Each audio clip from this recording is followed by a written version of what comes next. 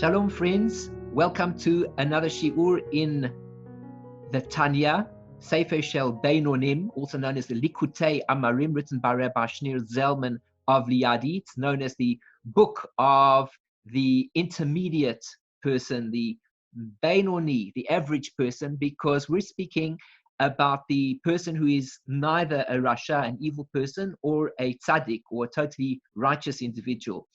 And the book is focused on understanding how to work with oneself as this, inverted commas, average or intermediate type of person, and how to deal with the drives that pull one against godliness, and of course, how to deal with the drives that are pulling one towards godliness.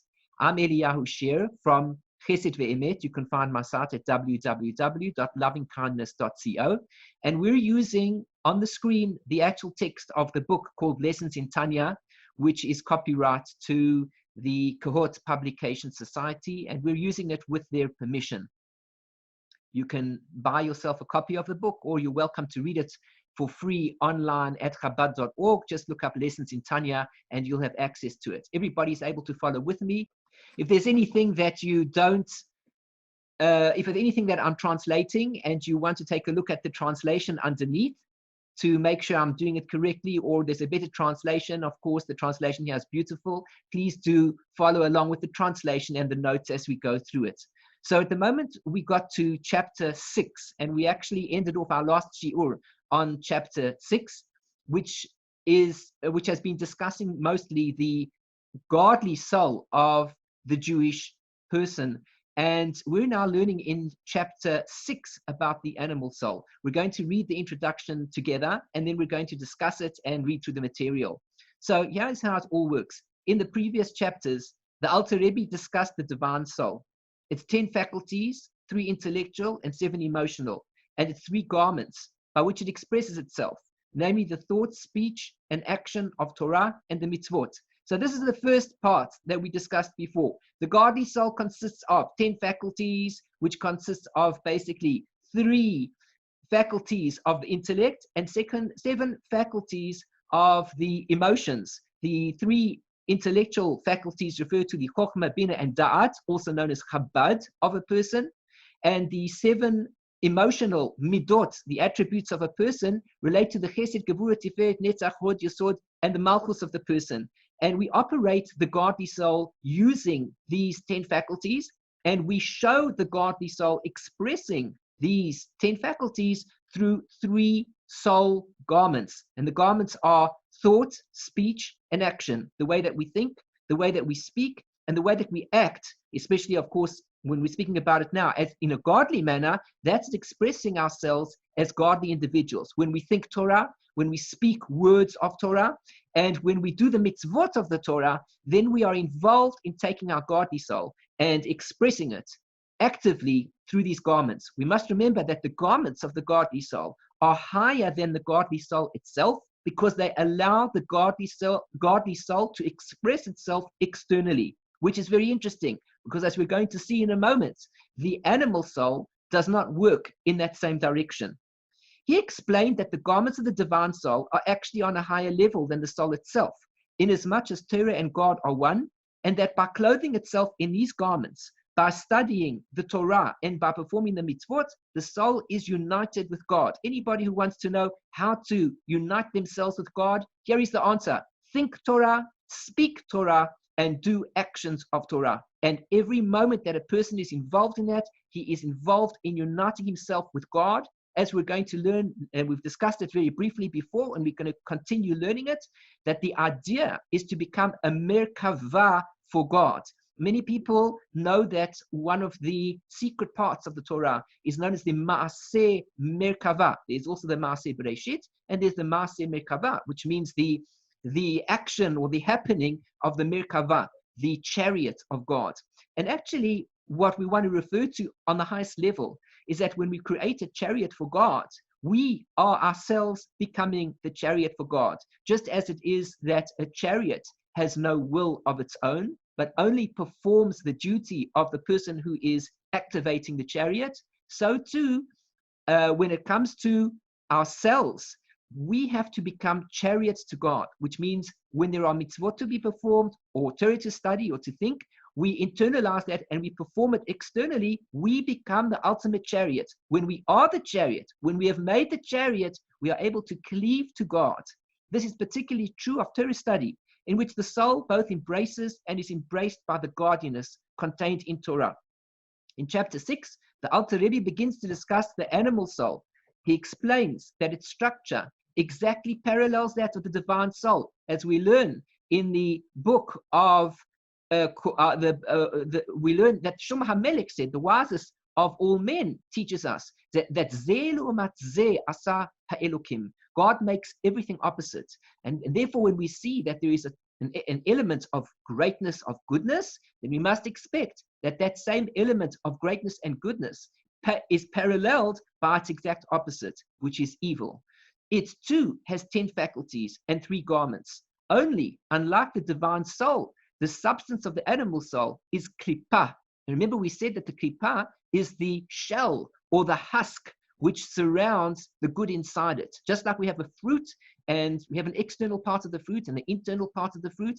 The external part, we don't want to say that it's something that is really bad as such, but it certainly serves no purpose whatsoever. Ultimately, the purpose of the Kelipah is that it hides what's inside, which is the fruit. And our task, therefore, is to remove the Kelipah. We don't want the Kelipah. The Kelipah allows there to be this element of goodness that's stuck inside without any damage being done. But ultimately, our duty is to remove the Kelipah so that we can get as fast as possible into the fruit. And its faculties and garments are impurity. By clothing itself in these garments, the animal soul descends to an even lower state of impurity. So whereas when the godly soul expresses itself, clothes itself inside the garments of itself, thought, speech, and action, it is raised to a higher level. When the animal soul clothes itself in the garments of its soul, meaning thought, speech, and action, it brings itself to a lower level. When we think bad, when we speak bad, and when we do bad, we bring our very souls to a much lower level. Concerning the concept of Kelipah, we have noted in chapter 1 that although all existence was created by and receives its life from godliness, yet in order that man be able to choose between good and evil, and that he earn his reward by serving his creator by his own efforts, God created forces of impurity, which conceal the godliness in all of creation.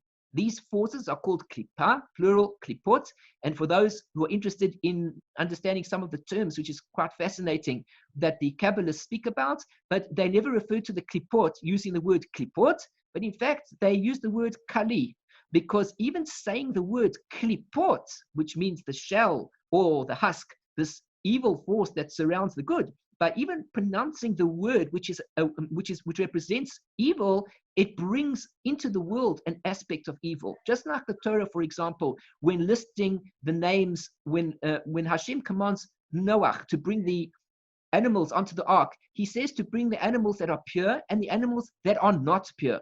And he uses an extra word. The Torah uses an extra word when all it could have said was the pure and the impure. Why did the Torah not use the word impure and instead add an additional word and say, and the animals that are not pure? That is to teach that it's even bad for a person to say words that are have a connotation of something that is evil. So according to the Kabbalists, one shouldn't even pronounce the word as Kelipot, rather one should say the Kali. The Kali, that's how we refer to it. Literally. Yes? A question. Yes. I can understand why Kelipot and the impurity as a part of the process of creation. However, the word here, and I'm not seeing the Hebrew, so I don't know, saying God created forces of impurity, that God intentionally, if you read those words, God intentionally created impurity. Is that the way to understand this? Absolutely. We must keep in mind that what is happening is that God has created a world which contains an aspect of creation which is completely opposite to who he is.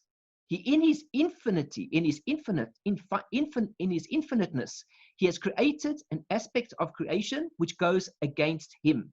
And that is the ultimate greatness of God, that you would think that a being who is totally good would never consider creating anything evil which opposes him. But God has done that very thing.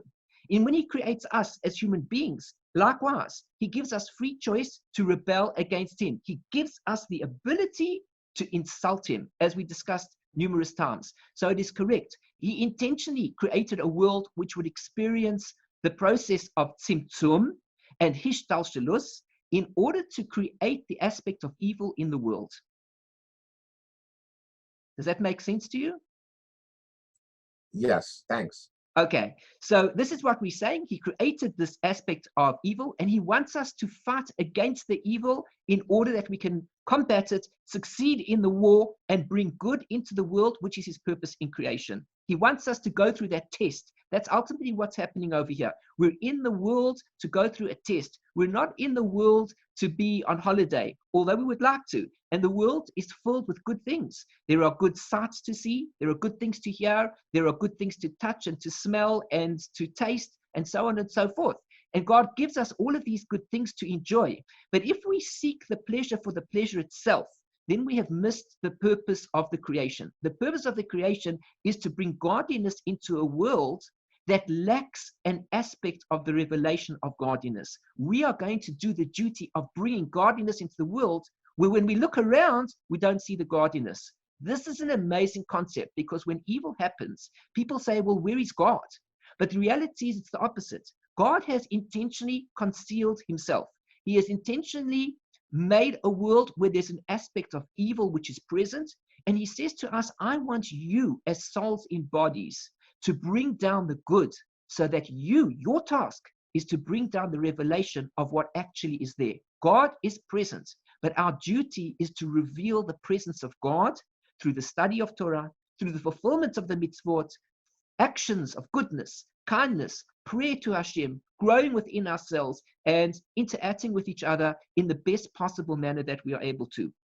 So the Kelipot, literally meaning shells or peels, just as the shell conceals the fruit, so do the forces of Kelipah conceal the godliness in every created being. That's an amazing concept again. The more we think about it, it's not something we can just read quickly and skip over. But we must remember that when we see bad in another person, or we see bad in anything that we're looking at, what we're actually seeing is the Kelipah. And our duty is to remove that shell so that we reveal the fruit, the tasty fruit that is underneath it. It's a hard task. There are two categories in Kelipot now. Kelipot, Kelipah Nogah, which refers to a Kelipah inclusive of light, also translated as a translucent light, or alternatively as a glowing light. What does it mean, a glowing light? It means that there is a presence of light, but it is not quite as bright as the real beautiful light that exists on the highest level. So the Kelipah Nogah is an aspect of Kelipah, which is negative, but it has within it the aspect of positivity. It has light. If we'll only take a look, we'll see that the light is shining from the Kelipah, and we'll be able to use it for good. Then there are three unclean Kelipot, which means that there are evil aspects of complete evil. We can do nothing with it. I'll explain it in one moment. Let's just read this paragraph. The first category, Kelipat Nogah, contains some measure of good. It is thus an intermediary level between the realms of good and evil, and whatever receives its vitality via the concealing screen of this Kelipah may be utilized for either good or evil. To this category belong all permitted physical objects. They may be used for a mitzvah and ascend thereby to the realm of holiness, or they may be used sinfully, God forbid, and thereby be further degraded.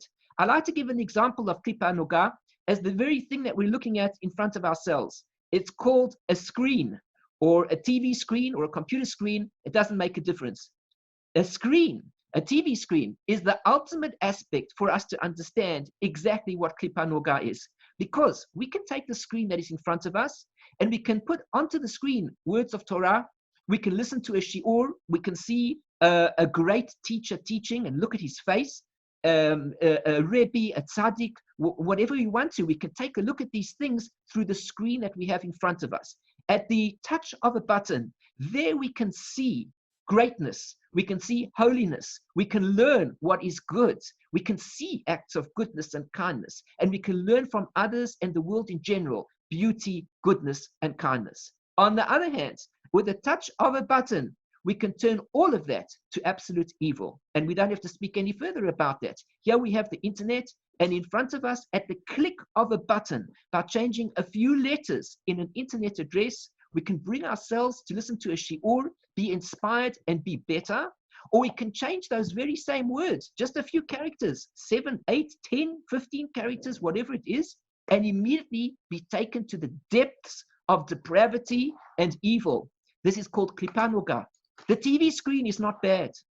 The cell phone screen is not bad, but it contains within it the potential to either go extremely holy or extremely evil. Now, in a practical sense, we can take an animal. We can take a cow. A cow is also Nogah. If we want to, we can shech the cow. We can then kasher the cow's meat in the correct way by draining the blood and so on. We can then cook it as we should, make a blessing on it before eating it, and make a blessing on it afterwards. And by doing all these actions, we elevate the aspect of physicality of this cow and the spirituality that exists therein. We elevate it to a higher level. However, we can also take that same cow and, God forbid, we could shoot it. Well, if we shoot it, the animal now becomes treif. We may not eat the cow any longer. So we see over here that the animal itself is not bad and it's not good. But we have the potential to bring it up through our actions, through the mitzvot that we perform to a higher level, or alternatively, we can bring it down. There are many such things. In fact, most things that we look at in life contain within them the Kelipah Nogah. We have a car. What are we doing with the car? Are we using the car to race and try and win races and impress people with how fast it is, how smart it is, how comfortable it is, showing off, etc., etc.? Or are we using the car in order to get to the mikvah, in order to get to shul, in order to give somebody a lift who doesn't have a car, whatever the case may be? When we use the car for good, we bring it up. When we use the car for evil, we go to places that we shouldn't be going to. We use the car for evil. This is the aspect of Kelipah Nogah. We can take it and lift it up to a level of holiness, or we can bring it down to a level of absolute depravity and evil. However, there are 3 other Kelipot that we speak about, and these are all completely evil, which means, for example, if I take, let's say, the Torah says to me, I may not eat chazir, I may not eat pork. Well, the Torah is not telling me on a level of cleanliness or not. The Torah makes a statement and says, don't eat pork. It does not matter what I do. I can shech the animal in a way that would correspond to the same kosher standard as shechting the cow. And I can drain the blood of the pig in the same way that I could drain the blood of the cow in order to make it kosher. And I could make a blessing on it, God forbid, a blessing on it before and a blessing on it afterwards. And whatever I do, no matter what I do with this pork, I can never make it kosher.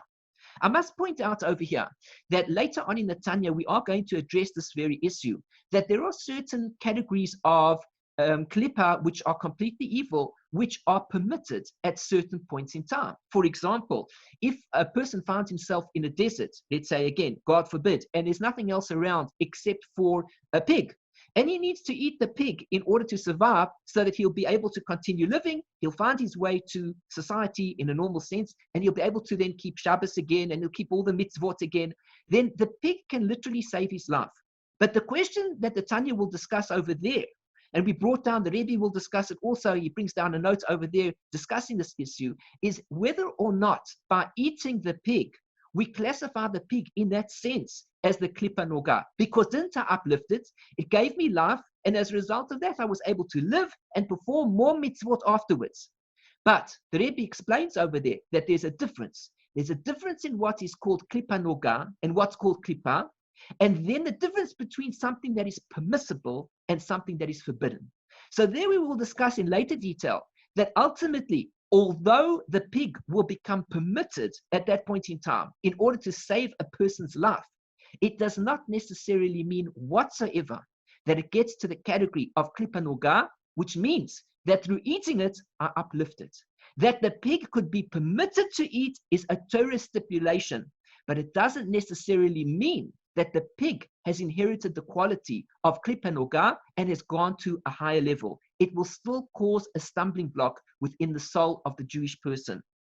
So the first category The first category, so we read this all in the realm of holiness, or they may use simply, God forbid, and thereby be further degraded. The second category, consisting of three impure klipot, is holy evil. Whatever receives its vitality via the concealment of this type of Kelipah can be transformed into holiness, cannot be transformed into holiness, nor in some cases may it even be used in the service of holiness. To this category belong all forbidden physical objects, whether forbidden only for consumption, in which case they cannot be transformed into holiness, but they may serve it, or whether forbidden for any form of benefit, in which case they cannot even serve any holy purpose. So this is an important chapter, and what we're discussing here now is the quality and the structure of this animal soul and how we relate to it and how it's going to affect us. V'hinei, and behold, he starts off with this very teaching that we discussed at the beginning. Zeh Le'umat Zeh asa Elokim. God has created everything, one thing opposite to the other. Everything in the realm of holiness has its counterpart in Kelipah. Whatever we're dealing with in holiness, you're going to find in Kelipah. When we speak about, for example, let's say Moshe Rabbeinu. So just as it is that Moshe is a great prophet within the Jewish people, we have another prophet on the side of evil amongst the non-Jewish people, and that would be the prophet Balaam. So Balaam's equivalent level of prophecy is like Moshe, except for one problem. Moshe is receiving his prophecy from holiness, and Balaam is receiving all of his prophecy from the greatest level of unholiness. So wherever there is an aspect of goodness and kindness, there is altogether the exact opposite, right parallel to this holiness.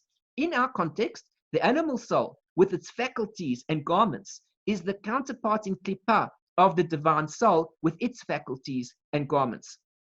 Kikamoshe nefesh ha'elokis klula me'eses sefirot kedushos umislabeshes b'shloisha levushim kedoshim.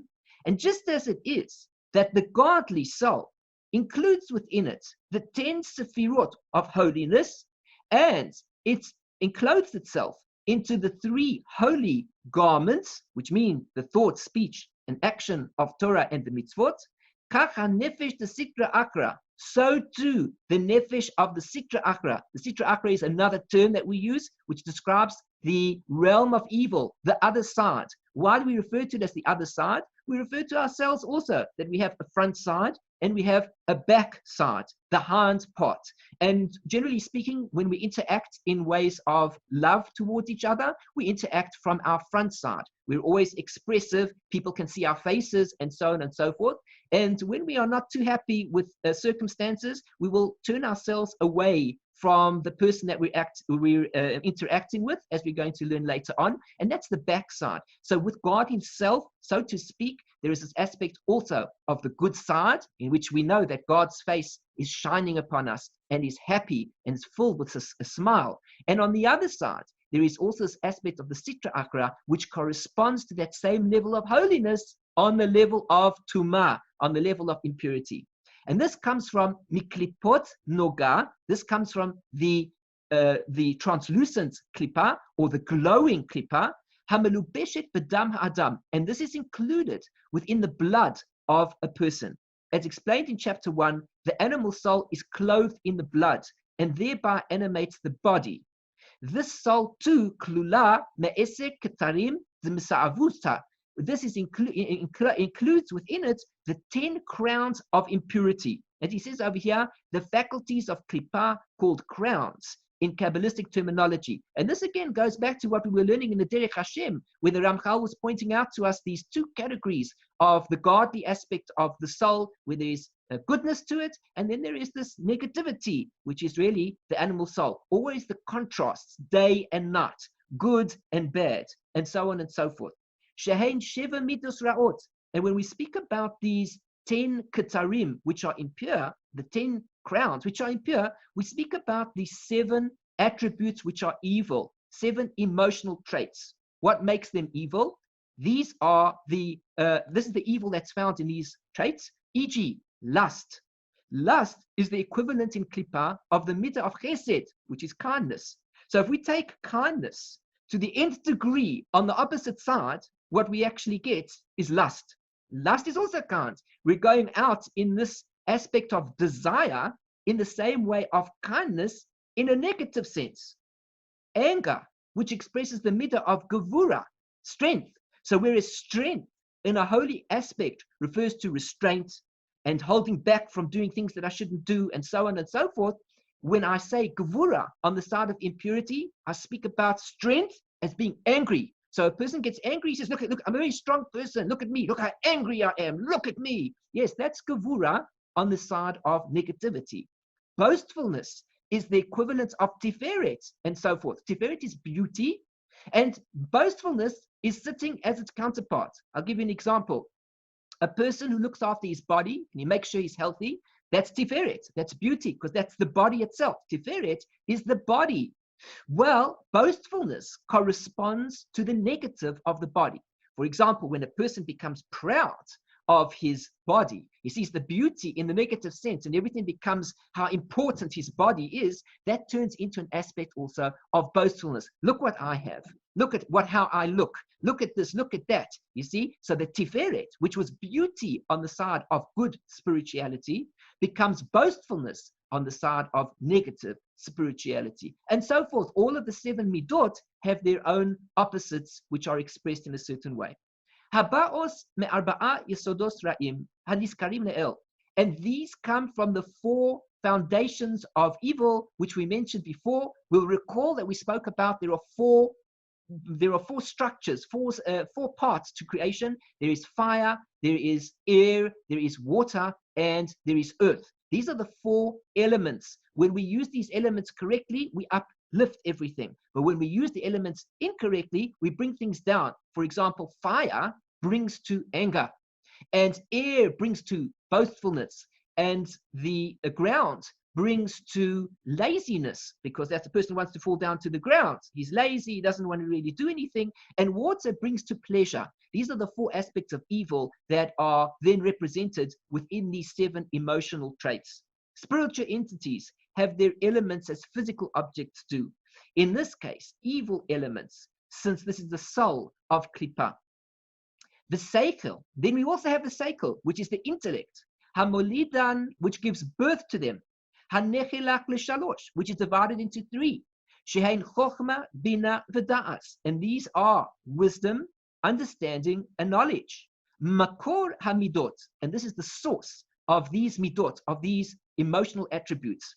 Anybody who's reading this part of Tanya will notice something quite fascinating if we are comparing it and being picky to see exactly what's going on within all the wording here. When we learned about the structure of the godly soul, we spoke about it as having 3 intellectual faculties, the Chokmah, Bina, and Das. And then we said that the 3 intellectual faculties bring down into the midot so that the midot behave correctly. When we think correctly, we bring down the good thoughts into our midot and we behave correctly. But look how the Alter Rebbe expressed himself when it came to the animal soul. First, he began with a discussion of the midot, which are the instincts, the emotional part of a person. And only afterwards does he turn around and say, and it also consists of 3 of the intellectual faculties, which are ultimately going to be the source of the midot. Why did the Alter Rebbe turn things around over here? Here he speaks about the midot first, and then he brings in the seichel, which leads to the midot. And the answer is simple. Because when we speak about godliness, we speak about refining the intellect first. We must think straight. If we're going to behave correctly, we need to think straight. Then we will behave correctly. However, when it comes to animalistic behavior, we do not go on the path of thinking. We go on the path of behavior. And then what happens is the behavior triggers off something in our intellect to make us think a certain thing. Let's give an example. A person wants to go and commit an aveira, and he needs to go to a certain location in order to commit the aveira. Well, the first thing that happens to him is he begins to experience all of these feelings that go on inside him. And he starts to say to himself, oh yes, I really want to fulfill that desire. And at that point in time, as he's feeling these feelings that are going through his body that he really wants to go through fulfilling this desire, the thought, meaning inside himself, in the heart, let's call it, inside his body, in the midot, starts to go upwards to his mind. And once it's in his mind, he starts to think of a plan of how to even implement that he can fulfill the desire. Whereas when it comes to doing good, the body is not naturally inclined to desiring running after good. If it were to be so, the world would be filled with goodness all the time. Everybody would be running to goodness, speaking well, speaking honestly, doing good things, helping everybody. But that's not the reality of the world. Most people are involved in their own lives, which becomes a selfish venture. And thereafter, they then say, how do I go about doing things so that I can ultimately put those desires into practice and fulfill my desires?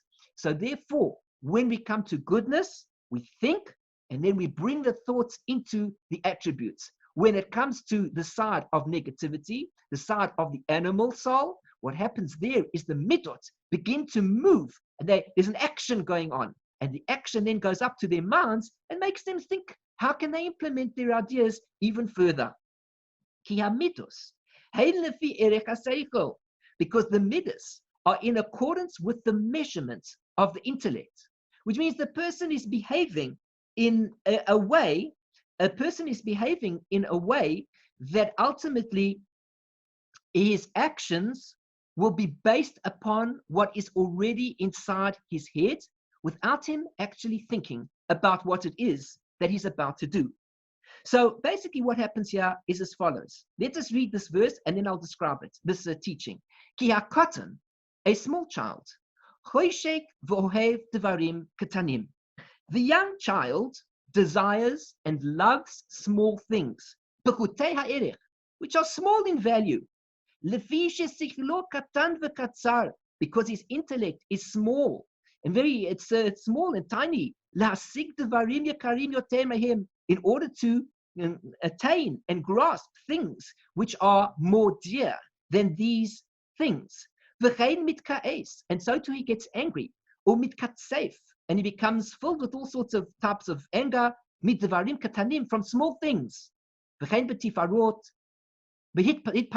ushar midot, and so too with regards to boastfulness and the other midot. I'm going to give an example over here, something that I once saw. I like to give it as an example because it's so classic to see the stupidity of a mind that is not mature. One day I was walking down the road, and in Israel they have every now and again you might come across one of these rubbish bins which has a tiny hole at the top, and it's not a rubbish bin, but rather it's a place that you can put all your old newspapers and things like that through this hole, and then it goes into a large bin underneath and it's emptied out every few days. And one day I was walking down the road and I saw one of these bins, and there was a mother with her child who was perhaps 4 years old, maybe, I don't know how old, a small boy. And of course, he was holding this newspaper that was supposed to go into this small aperture at the top, and he couldn't get it in because he was too short. And he began having a rant, and he was going crazy, crying and screaming, having a whole fit, because he couldn't put the newspaper into the hole. And then his mother lifted him up, he put the newspaper into the hole, and he was satisfied. Now he was happy. Now the world is a big place. Life is filled with all sorts of tests. Everybody knows the real tests of life. Can anybody think that a test of life is taking an old newspaper and putting it through a hole? And if you can't put it through the hole, you should kick up a whole storm in front of people, screaming, crying, lying on your back, doing all sorts of things, making a noise and disturbing the peace, who knows what. But in the mind of the young child, to him, that is what was important. To him, he thinks that that is what life is all about. Or another example, we can take, for example, a story of a child whose parents, let's say the father, owns, he is a very wealthy man. He's a billionaire. He could buy out all the ice cream factories around the entire world. And one day he's with his son, and when he's with his son, the son says he wants an ice cream. He's only 4 years old. He'd enjoy the ice cream. So they go to the ice cream man, and the ice cream man puts on some scoops of ice cream, and the young child begins to lick the ice cream. And after a few licks, unfortunately, he's not concentrating, and the ice cream scoops fall off, and that's the end of his ice cream. And the child begins to yell and scream and cry. He thinks it's the end of the world. How does he think such a thing? And why is he so worried in any case? His father is so wealthy, he could buy out all the ice cream factories in the world, and this child could have as much ice cream as he wants to. But the child doesn't understand that. In the child's mind, what counts is the small scoop of ice cream that sits on his cone at that point in mind. At that point in time, he cannot imagine in his mind that life is any bigger than an ice cream scoop that's sitting on a cone, and the fact that it's fallen off, and that how can you carry on life if the ice cream scoop happens to have fallen off the cone? This is exactly how we behave, only on a higher level, except we don't realize it. Which means to say, when our intellects are not strong, when we have not studied sufficiently, when we have not worked on ourselves sufficiently, when a moment comes up that we need to express ourselves in our anger, in our lust, in our whatever it is, if we have not refined ourselves in terms of our intellect, we will be no better than the child who had lost the ice cream scoop and who thinks that now it is the end of the world and one must kick up a fit because of the loss. So therefore, this is what we're saying. Everything of the midot, the way that we behave, is dependent on the seichel, the intellect. The way that we think is going to determine the way that we behave. The knowledge, the intellect we have in our heads is going to determine exactly how ultimately we are going to behave. The one who has a small intellect, one who has a small intellect will become angry at small things, and he'll even become boastful and so on and so forth, because his intellect is not mature enough in order to understand and appreciate what is really happening. This correlation between midot and intellect indicates that the intellect affects the nature and expression of midot. And for this reason, the three intellectual faculties are said to be the source of the 7 midot. So this is where we've got to today. We're going to stop over here in the Tanya. And basically, we're ending off on this point that our seichel, our intellect, is what is ultimately going to derive our midot, the way we behave. And if we want to improve that behavior, we have to get our intellect in order. I thank you for joining me, and I hope that you enjoyed this Shiur in Tanya. Please, if you did enjoy it, like the video, subscribe to my channel, and click on the bell so that you'll know that there are future videos when they come out. And I look forward to giving another Shiur. If you want to be in touch with me, please visit my site, www.lovingkindness.co, and I would be happy to be in touch with you. Take a look at what we're doing, and please become a partner in all our activities. I look forward to another Shiur and learning with you again soon. I wish you all the best. Thanks very much. Shalom, shalom. Bye-bye.